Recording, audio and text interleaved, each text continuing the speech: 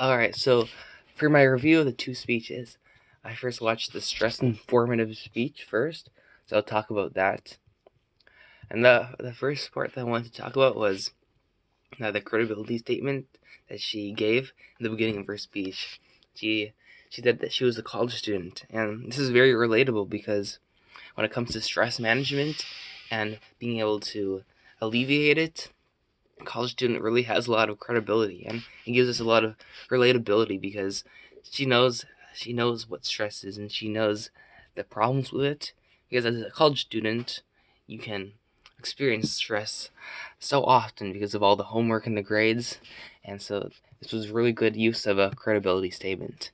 Second of all, I liked how she had great inflection on the words, giving an overall critique on the speech. She was able to increase her tone or increase her pitch during certain places, like when she talked about how the grades affect your stress.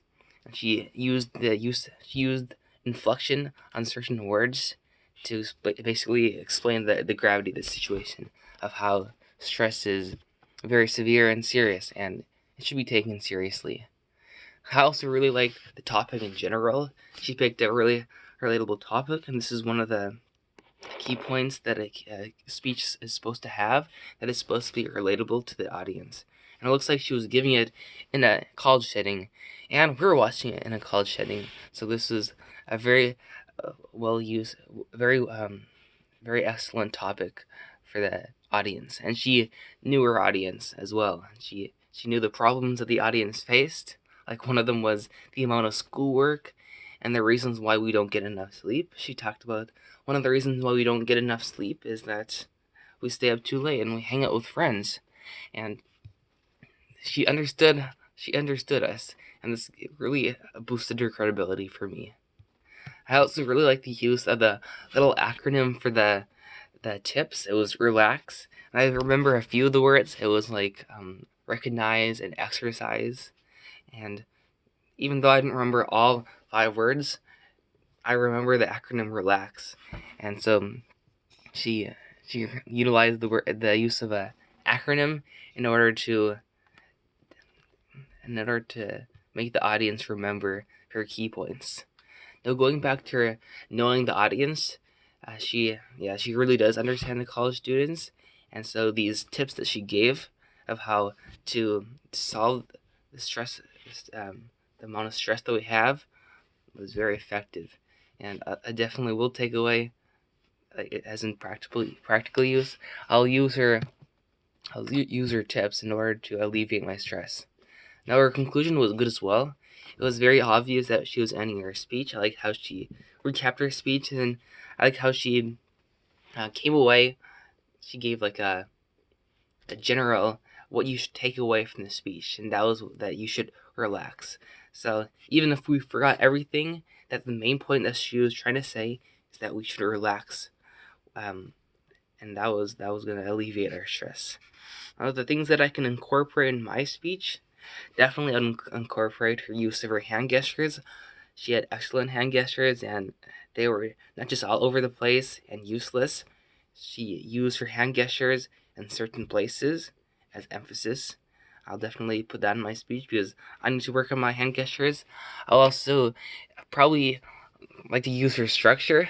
I really liked how she gave the problem with stress and where it comes from, and then she gives a solution.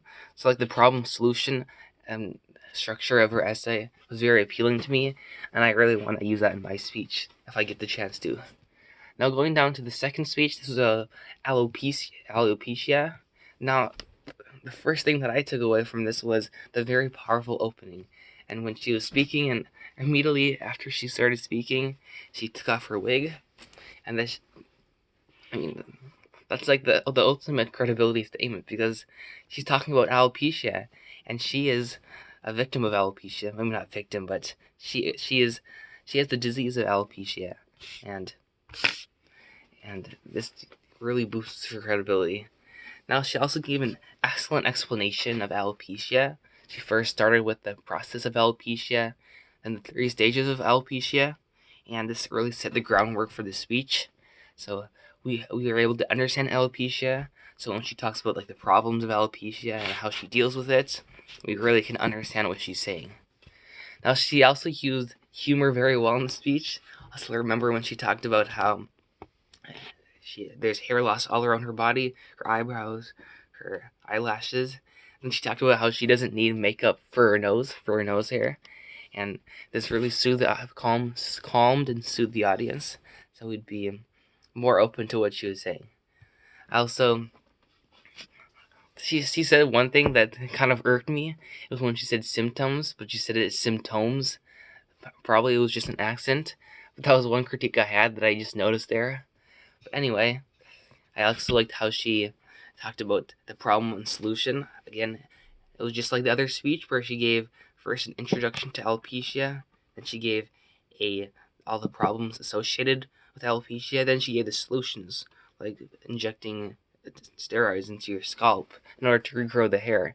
And she gave a few of the solutions to alopecia, and again, I really like that style of how you give a problem solution because it's really relatable.